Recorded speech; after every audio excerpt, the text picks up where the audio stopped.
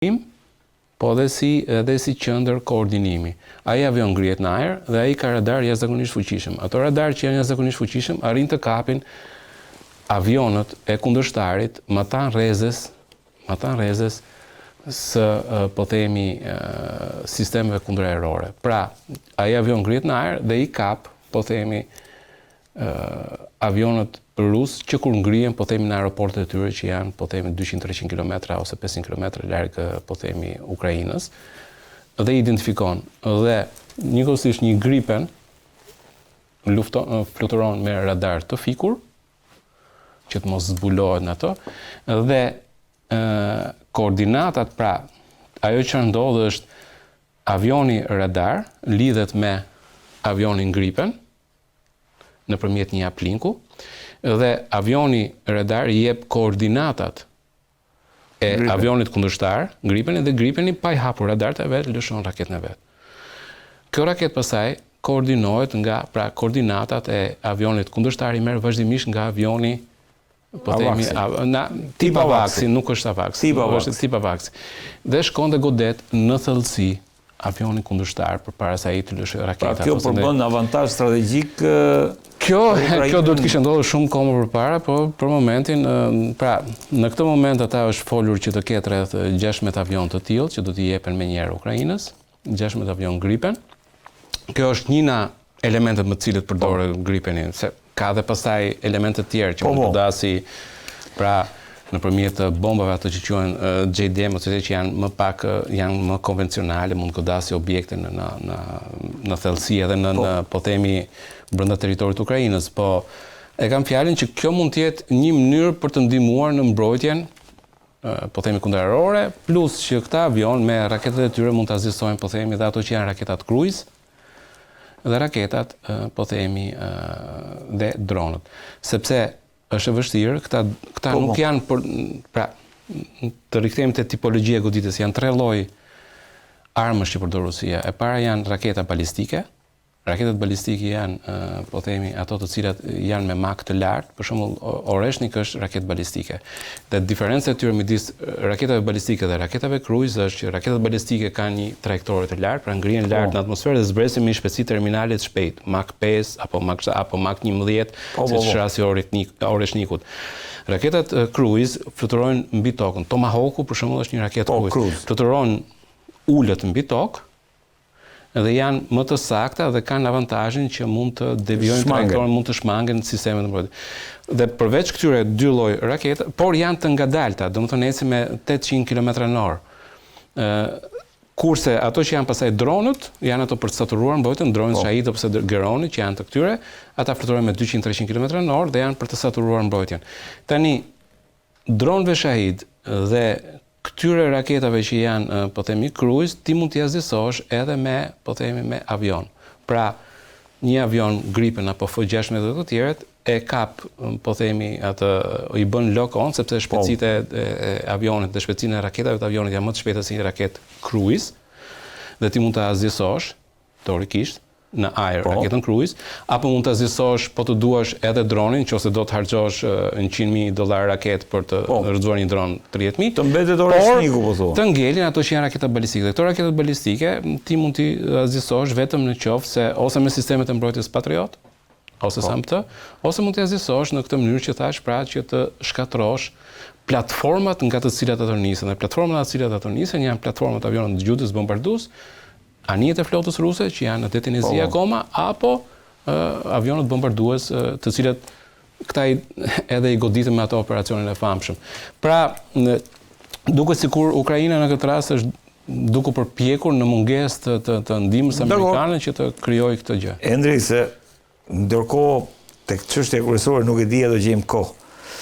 A mos ndoshta se ti fole për mobilizim total, a mos ndoshta Rusia e ndodhur përballë faktit që ashtu siç sugjeron ti nuk po e thyen dot Ukrainën të kalojë dhe të godas përtej Ukrainës për të nisur një luftë me Europën edhe NATO-n, sepse sugjerohet që të paktën nga shërbimet inteligjencës që Rusia mund godas, siç edhe shpesh kemi folur këtu në emision, një nga vendet baltike, si e vlerëson në kuptimin ushtarak përballjen nëse shkojmë në këtë përballje? Më duket e vështirë që Rusia të hapi një front të dytë, ndërkohë që si ka dhënë zgjidhje, po themi, asaj që është, dhe imagjinoni karta kryesore e gjithë pro-putinistëve që janë në Evropë dhe pro-filorusëve që janë në Evropë, është që Rusia nuk ka problema asgjë, ka lidhje vetëm me, po themi, me Ukrainën, me sistemin nazist të Ukrainës. Pra, kjo ka qenë argumenti. Dhe në momentin kur ndodh një veprim i tillë dhe tregohet që Rusia është realisht agresor, pra nuk është ajo që bën, ti pastaj fiton një unitet në Evropë dhe një kundërvënie të Evropës, e cila pastaj për Rusin për momentin nuk ka mundësi të mbajë dy fronte njëkohësisht. Pra të mbajë edhe frontin e Ukrainës, në cilin jo vetëm që nuk po avancon, po është duke u tërhequr paksa, dhe njëkohësisht hapi edhe një front tjetër. Domethënë, duket të çmenduri, dhe kjo çmenduri mund të ketë vetëm një justifikim, kuptimin që do që mbase teoria është që të mbjellit terror dhe Evropa pastaj në këmbim të largimit të atij kërcënimi në vendet balltike, ti lësh dorë të lirë në Ukrainë këtë tjerë. Po këto janë çmendurira dhe janë lojra aq të rrezikshme sa nuk mendoj që do ketë ndonjë, po themi, udhëheqës rus që të shkojnë në këtë drejtim të hapin. Si e shikon fundin e këtij konflikti në këto kushte të reja, duhet të themi? Konflikti për momentin nuk është se ka fitimtar në kuptimin e fitimtar në fushën e betejës. Domethënë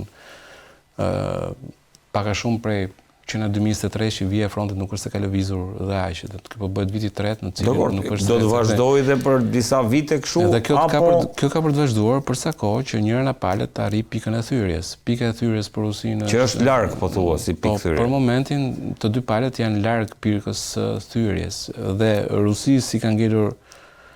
Pra, Ukraina është duke bërë gjithçka në krahun e vet. Ndërkohë që Rusia ka akoma dhe një armë tjetër që është mobilizimi i përgjithshëm. Mobilizimi i përgjithshëm që mund të bëhet nga shtatori e mbrapa, domethënë pasi të bëjnë zgjedhje për Dumën ata, pra bëjnë një palë zgjedhje për Dumën, zgjedhje ala Putin, domethënë që i fiton të gjitha Putini, po pas kësaj mund të bëjë një mobilizim përgjithshëm. Ky mund të jetë një ndryshim i cili mund të sjellë diçka në fushën e betejës, duke ditur që rusët nuk pyesin shumë për, po themi, për jetën e njerëzve, pra mund të nisin me sulme masive, e kupton, siç ndodhi ndikur, nëse mbani mend Bakhmut ose këto të tjera që në çdo metër katror kishin një rus të vrarë, po fundit arritën që të merrnin, po themi, Bakhmutin. Pra, është një taktik ruse e asaj vala njerëzore e sulmit, ata e kanë në doktrinën e tyre ushtarake, që nuk ka problem, që të vritë, mjafton që të kapet objektivi, duke qenë se ka një distinvel shumë të madh në popullsi. Popullsia ruse është diku te 140 milion, popullsia Ukrainës është rreth 22 milion, kuptohet që ka një diferencë shumë të madhe. Ukraina është tani duke e mbajtur gjithçka që po e mban me teknologji. Për shkak se po rinovon më shpejt. Dhe duke ditur këtë disbalancim, ndërkohë që rusi i ka ngelur në dorë mobilizimin përgjithshëm, Ukraina është duke ecur në drejtimin e kundërt, duke kërkuar që ta modernizojë dhe ta kthejë ushtrinë në ushtri robotësh, duke qenë se nuk ka njerëz për të avancuar. Dhe me planin e tyre strategjik që në 2028 në front, domethënë 80% e trupave, pra që janë aktuale të zëvendësohen me robot. Pra, në këto trupat aktuale të mobilizuara të ngeli vetëm 20%, dhe pjesa tjetër të mbulohet e gjitha me robotik, me dron, me artificial intelligence, pra inteligjencë artificiale e tjerë. Pra, Ukraina po ecën në këtë drejtim. Ndërkohë që Rusia e ka të vështirë për momentin të ecën në këtë drejtim dhe ka më të lehtë që të ecën në drejtim të valës njerëzore. Edi, falenderoj shumë që të kisha. Faleminderit. Në këtë pjesë të emisionit është bashkuar me mua Hisen Berisha nga në Prishtinë. Je tani, Hisen, apo? Tani po vinë në Gjakovë se do kemi tubimin e hapjes. Në Gjakovë, në Pej, pastaj kështu me radhë. Të hapjes të fushatës. Sparit falenderoj shumë që gjete kohën, se e di ngarkesën. Ndërkohë, si po i lexon zhvillimet?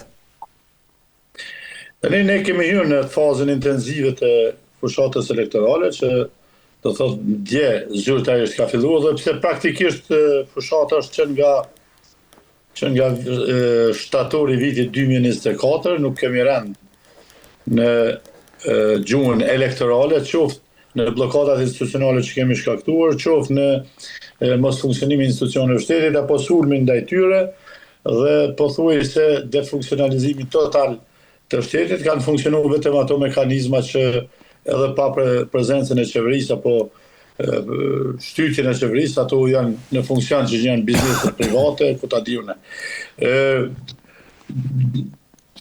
Fatkeqësisht, edhe këtë fazë elektorale është instaluar dhe është shpërsuar edhe më shumë ajo gjuha polarizuese, gjuha përqarëse, por edhe një sulm i sinkronizuar degradues ndaj çdo vlere. Fatkeqësisht partia mazhërante që është deri në këto zgjedhje të fundit ka organizuar një propagandë ndaj çdo vlere që qëndron në themelet e identitetit tonë shtetëror dhe ka një propagandë e cila për këto 2 vite blokade institucionale e ka shoqëruar gjuhën e tyre dhe nuk e ka kurrësyer dhe atë që vlerë sublime për kombin ton, që janë UÇK-ja, lufta përfaqësues të saj, gjuha urrëties, gjuha e solidarizimit me ambicjet e pretensës së prokurorisë së Beogradit për t'i dënuar me burg përjetshëm e tjera, format deklarimit që tani për ne janë tepër shqetësuese jo për faktin e efektit elektoral, sepse në dinitetin e popullit ajo pjesë që gëzon atë dinitet, kjo nuk jep efekt, jep kundër efekt, por për faktin se ekziston një kontingjent, një përqindje kaq e madhe që mendojnë në këtë formë për vlerë më unike dhe sublime të vetë identitetit tyre si pjesëtar të shtetit Kosovë, si qytetar të shtetit Kosovës. Mendoj se kjo gjuha e urrëties që është krijuar, përçarja e thellë që është krijuar mes taborëve politike, tendenca për të mos ofruar asgjë nga programet elektorale, asnjë premtim për rregullim të jetës, qofshin ato në aspektin social-ekonomik, qofshin zhvillimor të përgjithshëm të shtetit, qoftë diplomatik, qoftë fushën e sigurisë dhe komponenteve të saj, por marrja gjithmonë me etiketim, me fyrje, denigrime të tjera, unë mendoj se është një kurs i gabuar dhe nuk po prodhon efektin solidarizues rreth vlerave të përbashkëta, por përkundra një parcializim, një përçarje e cila nuk do t'i shërbejë stabilitetit afatgjatë politik. Është hera e parë që ndodh kjo, zoti Berisha, është hera e parë që ndodh në Kosovë, fjala vjen ndryshe nga zgjedhjet që ishin në dhjetor. Domthon, si shikon këto zgjedhje në raport me 2 zgjedhje më parshme? Çfarë ka ndryshuar? Tani, fatkeqësisht, këtu po përballem me një shkollë të vjetër, e cila në mendsinë e leadershipit politik në Kosovë, në veçanti subjektit mazhërant që është në Kosovë, është instaluar nga ish regjimi. Se ne nuk mund të ikim asaj që kemi kaluar në ish regjimin e Jugosllavisë dhe të Serbisë, dhe ajo shkollë nuk i shërben të ardhmes të mirë të vendit as të shoqërisë.